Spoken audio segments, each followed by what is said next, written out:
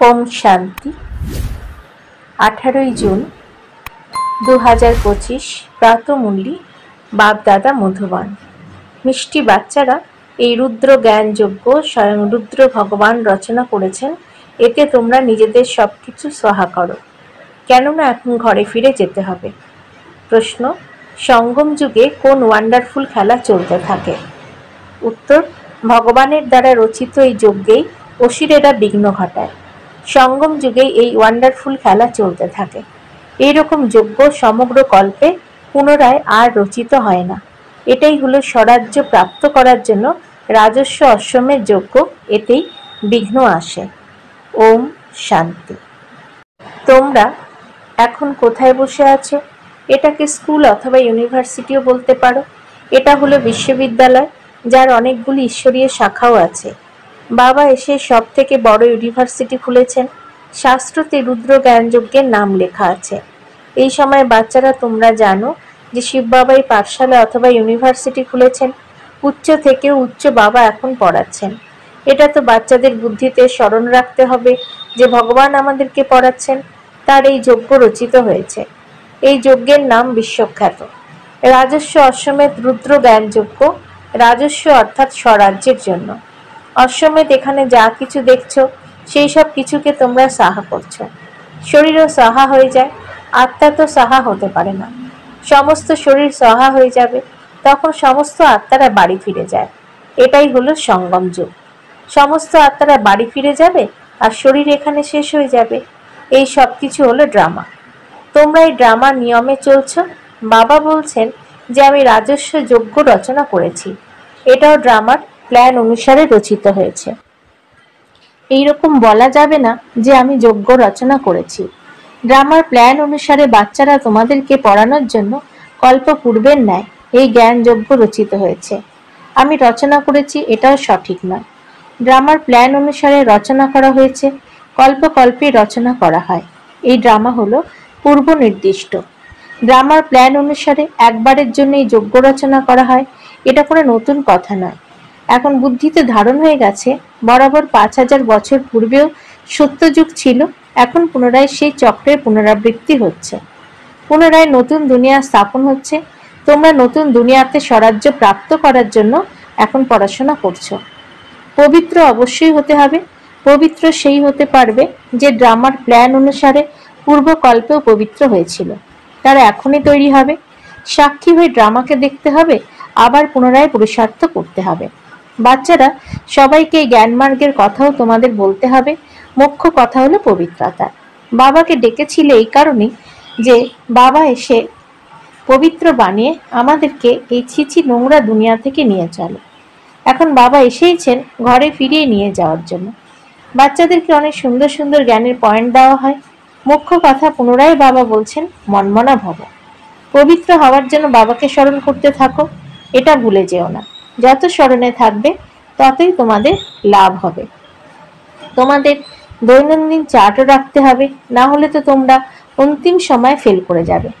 বাচ্চারা এখন বুঝে গেছে আমরাই শতপ্রধান ছিলাম নম্বর ক্রমে পুরুষার্থ অনুসারে।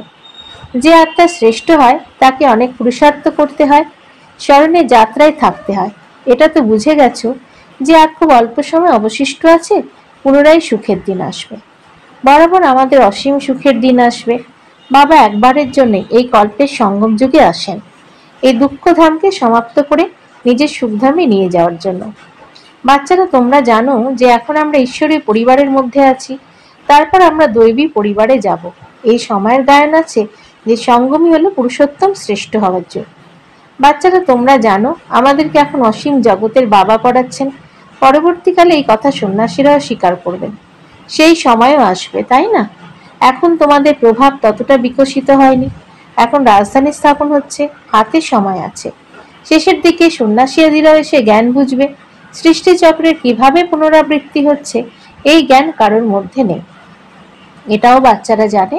পবিত্রতার উপরই অনেক বিঘ্ন আসে। অবলার নারীদের উপর অত্যাচার হয়, দ্রৌপদীও ডেকেছিল। বাস্তবে তোমরাই হলে সব দ্রৌপদী, সীতা, পার্বতী। স্মরণে থাকার কারণে অবলা পতিতারাও বাবার থেকে অবিনাশী উত্তরাধিকার প্রাপ্ত করে। তারা স্মরণের যাত্রায় তো থাকতেই পারে, তাই না? ভগবান এসে এই যজ্ঞ রচনা করেছেন। এই যজ্ঞে অনেক বিঘ্ন আসে, এখনো পর্যন্ত বিঘ্ন আসতেই থাকছে। যেমন কন্যাদেরকে জোর করে বিবাহ দিয়ে দেয়, আর যদি না মানে তাহলে তাদেরকে মারধর করে ঘর থেকে বের করে দেয়। এই জন্য তার আহ্বান করে আমাকে, হে পতিত পাবন এসো। তাই তার আসার অবশ্যই একটি রথ চাই, যার দ্বারা তিনি এসে তোমাদেরকে পবিত্র বানাবেন। গঙ্গার জলে স্নান করে কেউ পবিত্র হতে পারে না, বাবাই এসে তোমাদেরকে পবিত্র বানিয়ে পবিত্র দুনিয়ার মালিক তৈরি করেন। তোমরা দেখছো যে এই পতিত দুনিয়ার বিনাশ সামনে অপেক্ষা করছে। কেনই না আমরা এখন বাবার হয়ে যাই, সাহা হয়ে যাই। সবাই জিজ্ঞাসা করে, সাহা কিভাবে হব, পুরনো সবকিছু ট্রান্সফার কিভাবে করবে? বাবা বলছেন, বাচ্চারা তোমরা এই বাবাকে তো দেখছো, ইনি নিজে করে তোমাদেরকে শেখাচ্ছেন। যেরকম কর্ম আমরা করব, আমাদেরকে দেখে অন্যরা করবে। শিব বাবা এনার দ্বারা কর্ম করাচ্ছেন, তাই না? নিজের সবকিছু যোগ্যতে স্বাহা করে দিয়েছেন। স্বাহা হওয়ার জন্য কোনো কষ্ট করতে হয় না। ইনি না অনেক ধনী ছিলেন, আর না গরিব ছিলেন, সাধারণ ছিলেন। যজ্ঞ রচনা করা হলে যজ্ঞের সেবাধারীদের জন্য খাদ্য, পানীয় ইত্যাদি সমগ্র সামগ্রী চাই। এটা হলো ঈশ্বরীয় যজ্ঞ। ঈশ্বর এসে এই জ্ঞান যজ্ঞে স্থাপনা করেছেন, তোমাদেরকে পড়াচ্ছেন। এই যজ্ঞের মহিমাও অনেক প্রশংসনীয়। ঈশ্বরীয় যজ্ঞের দ্বারাই তোমাদের শরীর নির্বাহ হয়। যে নিজেকে সমর্পিত মনে করে, বলে আমি হলাম নিমিত্ত। এই সব কিছু হলো ঈশ্বরের। আমি শিব বাবার যজ্ঞ থেকে ভোজন করছি, এটাই হলো বোঝার বিষয়। এখানে তো এমন নয় যে সবাইকে এসে বসে যেতে হবে। এনাকে উদাহরণ হিসাবে তো দেখেছ কিভাবে সবকিছুকে সভা করেছেন। বাবা বলছেন যে যেরকম কর্ম এখানে ইনি করেন, এনাকে দেখে অন্যরাও এসেছে, অনেকেই স্বাহা হয়েছে। যে যে স্বাহা হয়েছে তারা নিজেদের অবিনাশী উত্তরাধিকার প্রাপ্ত করেছে। বুদ্ধির দ্বারাও বোঝা যায় আত্মা তো চলে যাবে, বাকি শরীর আদি সবকিছু এখানে বিনাশ হয়ে যাবে। এটা হলো অসীম জগতের যজ্ঞ, এখানে সবাই স্বাহা হবে। বাচ্চারা তোমাদেরকে বোঝানো হয় কিভাবে বুদ্ধির দ্বারা স্বাহা হয়ে মোহমুক্ত হতে হয়। এটাও জানো এইসব সামগ্রী জ্বলে পুড়ে ছাই হয়ে যাবে। কত বড় এই যজ্ঞ, সেখানে তো আর কোনো যজ্ঞ রচনা করা হবে না, না কোনো উপদ্রব হবে। এইসব এখানকার যে ভক্তি মার্গের অনেক যজ্ঞ হয়, সেই সব শেষ হয়ে যাবে। জ্ঞানের সাগর হলেন এক ভগবান, তিনিই হলেন মনুষ্য সৃষ্টির বীজরূপ, সত্য এবং চৈতন্য স্বরূপ। শরীর তো হলো জড় পদার্থ, আত্মাই হলো চৈতন্য। তিনি হলেন জ্ঞানের সাগর। বাচ্চারা তোমাদেরকে এখন জ্ঞানের সাগর বসে পড়াচ্ছেন। তারা তো কেবল গান করতে থাকে, আর তোমাদেরকে বাবা সমস্ত জ্ঞান শোনাচ্ছেন। জ্ঞান তো বেশি কিছু নয়, বিশ্বের এই চক্রের কিভাবে পুনরাবৃত্তি হয়, এটাই কেবল বোঝাতে হবে। এখানে বাবা স্বয়ং তোমাদেরকে বোঝাচ্ছেন। তিনি বলেনি যে আমি সাধারণ শরীরে প্রবেশ করি। ভাগীরথ বিশেষভাবে খ্যাত অবশ্য মানুষই হবেন, যার মধ্যে স্বয়ং বাবা এসেছেন। তার তো একটাই নাম চলে আসছে, শিব, আর অন্য সকলের নাম পরিবর্তন হতে থাকে। এনার নাম পরিবর্তন হয়নি, তবে ভক্তিতে অনেক নাম রেখে দিয়েছে।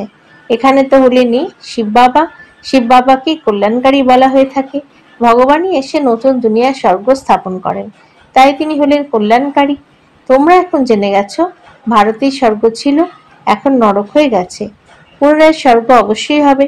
এই যুগকেই বলা হয় পুরুষোত্তম সঙ্গম যুগ, যখন বাবার নৌকার মাঝি হয়ে তোমাদেরকে এই পার থেকে ওই পারে নিয়ে যান। এটাই হলো পুরনো দুঃখের দুনিয়া। পুনরায় অবশ্যই নতুন দুনিয়া হবে ড্রামা অনুসারে, যার জন্য তোমরা এখন পুরুষার্থ করছো। বাবার স্মরণে বারবার ভুলে যাও, এর মধ্যে পরিশ্রম আছে। বাকি তোমাদের দ্বারা যা কিছু বিকর্ম হয়েছে, তার শাস্তি স্বরূপ কর্মভোগ রূপে তোমাদেরকে ভুগতে হবে। কর্মভোগ অন্ত পর্যন্ত ভুগতেই হবে, সেখানে ক্ষমা হবে না। এরকম নয় যে বাবা ক্ষমা করো, ক্ষমা ইত্যাদি কিছুই হবে না। ড্রামা অনুসারে সবকিছু হতে থাকবে, এখানে ক্ষমা আদির কোনো কথা নেই। হিসেব নিকেশ সমাপ্ত করতে হবে, তমপ্রধান থেকে শতপ্রধান হতে হবে। তার জন্যই এখন শ্রীমত প্রাপ্ত হচ্ছে। শ্রী শ্রী শিব বাবার শ্রীমতের দ্বারা তোমরা শ্রী তৈরি হচ্ছ। উচ্চ থেকে উচ্চ বাবা তোমাদেরকে উচ্চ বানাচ্ছেন, তোমরা এখন তৈরি হচ্ছ। এখনই তোমাদের স্মরণে এসেছে বাবা কল্পে কল্পে এসে আমাদেরকে পড়ান। অর্ধেক কল্প ধরে তার প্রালব্ধ প্রাপ্ত হয়। সৃষ্টিচক্রের কিভাবে পুনরাবৃত্তি হয় এই জ্ঞানের দরকার থাকে না। কল্পে কল্পে একবারের জন্য এসে বাবা বলে দেন এই সৃষ্টিচক্রের কিভাবে পুনরাবৃত্তি হয়। তোমাদের কাজই হলো পড়া আর পবিত্র হওয়া। স্মরণে যাত্রায় থাকতে হবে। বাবার হয়ে আর পবিত্র যদি না হও তবে 100 গুণ শাস্তি ভোগ করতে হবে, নামই বদনাম হয়ে যাবে। বলাই হয় যে সদ্গুরুর নিন্দুক কোনো পথ প্রাপ্ত করতে পারবে না। সাধারণ মানুষের এটা জানেই না যে ইনি কে। সত্য বাবাই হলেন সদ্গুরু, সৎ শিক্ষক। তিনি তোমাদেরকে এখন পড়াচ্ছেন, তিনি আবার তোমাদের সদ্গুরু। যেরকম বাবা হলেন জ্ঞানের সাগর, তোমরাও জ্ঞানের সাগর। বাবা তোমাদেরকে সমস্ত জ্ঞান দিয়ে দিয়েছেন। যে আত্মা কল্পপূর্বে যতটা জ্ঞান ধারণ করেছিল ততটাই ধারণ করবে। পুরুষার্থ করতে হবে, কর্ম ছাড়া কেউ থাকতে পারবে না। অনেকেই হঠযোগাদি করতে থাকে, সেসব হলো কর্ম। সেটাও এক ধরনের ব্যবসা, জীবিকা পালনের জন্য। নামও হয়, টাকাও প্রাপ্ত হয়, আবার জলের ওপর দিয়ে আগুনের ওপর দিয়ে হেঁটে যেতেও পারে। কেবলমাত্র উঠতে পারে না, ওড়ার জন্য তো পেট্রোল আদি চাই, কিন্তু এর দ্বারা কিছু লাভ হয় না, পবিত্র তো হতে পারে না। বিজ্ঞানীদের মধ্যে প্রতিযোগিতা হয়, তাদের হলো বিজ্ঞানের প্রতিযোগিতা, আর তোমাদের হলো সাইলেন্সের। সবাই শান্তিই প্রার্থনা করে। বাবা বলেন শান্তি তো হলো তোমাদের স্বধর্ম। নিজেকে আত্মা মনে করো, নিজেদের ঘরে ফিরে যেতে হবে শান্তিধামে। এটা এটা হলো দুঃখধাম। আমরা শান্তিধাম থেকে পুনরায় সুখধামে আসব। এই দুঃখধামের এখন বিনাশ হয়ে যাবে। এটাই খুব ভালোভাবে ধারণ করে অন্যদেরকেও ধারণ করাতে হবে। আর অল্প কয়েকদিন অবশিষ্ট আছে। লৌকিকে তারা পড়াশোনা করে পুনরায় শরীর নির্ভর করার জন্য অনেক পরিশ্রম করে। ভাগ্যবান বাচ্চারাই শীঘ্র নির্ণয় করতে পারে আমাকে কোন পড়া পড়তে হবে, ওই লৌকিক পড়াশোনা থেকে কি প্রাপ্ত হয়। আর এই অলৌকিক পড়াশোনা থেকে 21 জন্মের প্রারব্ধ তৈরি হয়। তাই এই চিন্তা করতে হবে আমাকে কোন পড়াশোনা করতে হবে। যে আত্মার অসীম জগতের বাবার থেকে অবিনাশী উত্তরাধিকার প্রাপ্ত করার ইচ্ছা থাকবে, সেই অসীম জগতের পড়াশোনা করতে শুরু করে দেবে। কিন্তু ড্রামার প্ল্যান অনুসারে কারো ভাগ্যতে না থাকলে ওই লৌকিক দুনিয়ার পড়াশোনাতেই আটকে থাকবে, এখানকার পড়া পড়বে না। বলে যে সময় পাই না। বাবা জিজ্ঞাসা করেন কোন জ্ঞান সব থেকে ভালো, ওখানে থেকে কি প্রাপ্ত হবে আর এখানে থেকে কি প্রাপ্ত হবে।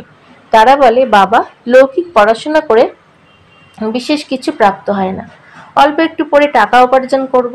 এখানে ভগবান পড়াচ্ছেন, তোমাদেরকে পড়াশোনা করে রাজপথ প্রাপ্ত করতে হবে, তাই বিশেষ মনোযোগ কোন বিষয়ের উপরে দিতে হবে। কেউ কেউ বলে বাবা সেখানকার কোর্স সম্পন্ন করে তারপর আসবো। বাবা বুঝেছেন এর ভাগ্যে নেই, ভবিষ্যতে কি হতে চলেছে সেটা কিছুদিন পরেই দেখতে পাবে।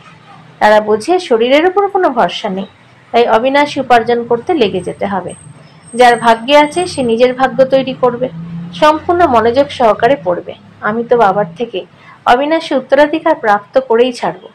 অসীম জগতের বাবা আমাদেরকে রাজত্ব দিতে এসেছেন, তাই কেনই না এই অন্তিম জন্মে আমরা পবিত্র হব না। এ তো অনেক বাচ্চারাই পবিত্র থাকে, তারা মিথ্যা বলে কি? সবাই পুরুষার্থ করছে, পড়াশোনাও করছে, তবুও বিশ্বাস করে না। অসীম জগতের বাবা আসেন তখন যখন পুরনো দুনিয়াকে নতুন বানানোর সময় হয়। পুরনো দুনিয়ার বিনাশ তো সামনে দাঁড়িয়ে আছে, এটা একদম পরিষ্কার। সময় একদম সঠিকভাবে এগোচ্ছে। এখন অনেক ধর্ম আছে, সত্যযুগে হলো এক ধর্ম। এটাও তোমাদের বুদ্ধিতে আছে। তোমাদের মধ্যে অনেকেই আছে যারা নিশ্চয়কে পাকাপাকিভাবে ধারণ করেছে। আরে নিশ্চয় করার জন্য সময় লাগে কি? শরীরের উপরে কোনো ভরসা নেই, তাই অল্প একটু সুযোগ হাতছাড়া করা উচিত নয়। কারোর ভাগ্যে না থাকলে তাদের বুদ্ধিতে কিছুই ধারণাও হবে না। আচ্ছা, মিষ্টি মিষ্টি হারানিধি বাচ্চাদের প্রতি মাতা পিতা বাপদাদার স্মরণে স্নেহ সুমন আর সুপ্রভাত। আত্মাদের পিতা তার আত্মারূপী বাচ্চাদেরকে জানাচ্ছেন নমস্কার। আমাদেরও বাপদাদাকে ধন্যবাদ, নমস্কার। ধারণার জন্য মুখ্য সার: 1. সততার সাথে উপার্জন করে 21 জন্মের জন্য নিজের ভাগ্য বানাতে হবে। শরীরের উপর কোনো ভরসা নেই, এই জন্য সুযোগ বিন্দুমাত্র হাতছাড়া করো না। 2. মোহমুক্ত হয়ে নিজের সবকিছু রুদ্রযজ্ঞে সাহা করতে হবে। নিজেকে বাবার কাছে অর্পণ করে নিমিত্ত হয়ে সবকিছু দেখাশোনা করতে হবে। সাকার বাবাকে ফলো করতে হবে। বরদান: ঈশ্বরীয় নেশায় থেকে পুরনো দুনিয়াকে ভুলে গিয়ে সর্বপ্রাপ্তি সম্পন্ন ভব। যেরকম ওই নেশা সবকিছু ভুলিয়ে দেয়, এরকম ঈশ্বরীয় নেশা দুঃখের দুনিয়াকে সহজেই ভুলিয়ে দেয়। ওই নেশা তো অনেক ক্ষতিকারক, অধিক পান করার কারণে জীবন শেষ হয়ে যায়, কিন্তু এই নেশা অবিনাশী বানিয়ে দেয়। যারা সদা ঈশ্বরী নেশাতে মত্ত থাকে তারা সর্বপ্রাপ্তি সম্পন্ন হয়ে যায়। এক বাবা, দ্বিতীয় কেউ নেই, এই স্মৃতি নেশা চড়িয়ে দেয়।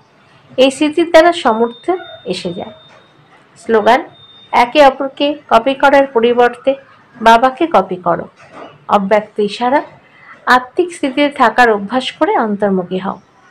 যারা অন্তর্মুখী থাকে তারা প্রত্যেকেই জ্ঞানরত্নের গভীরে যেতে পারে।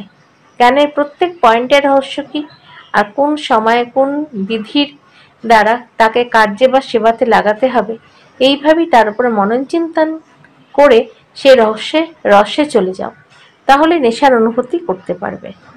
ওম শান্তি।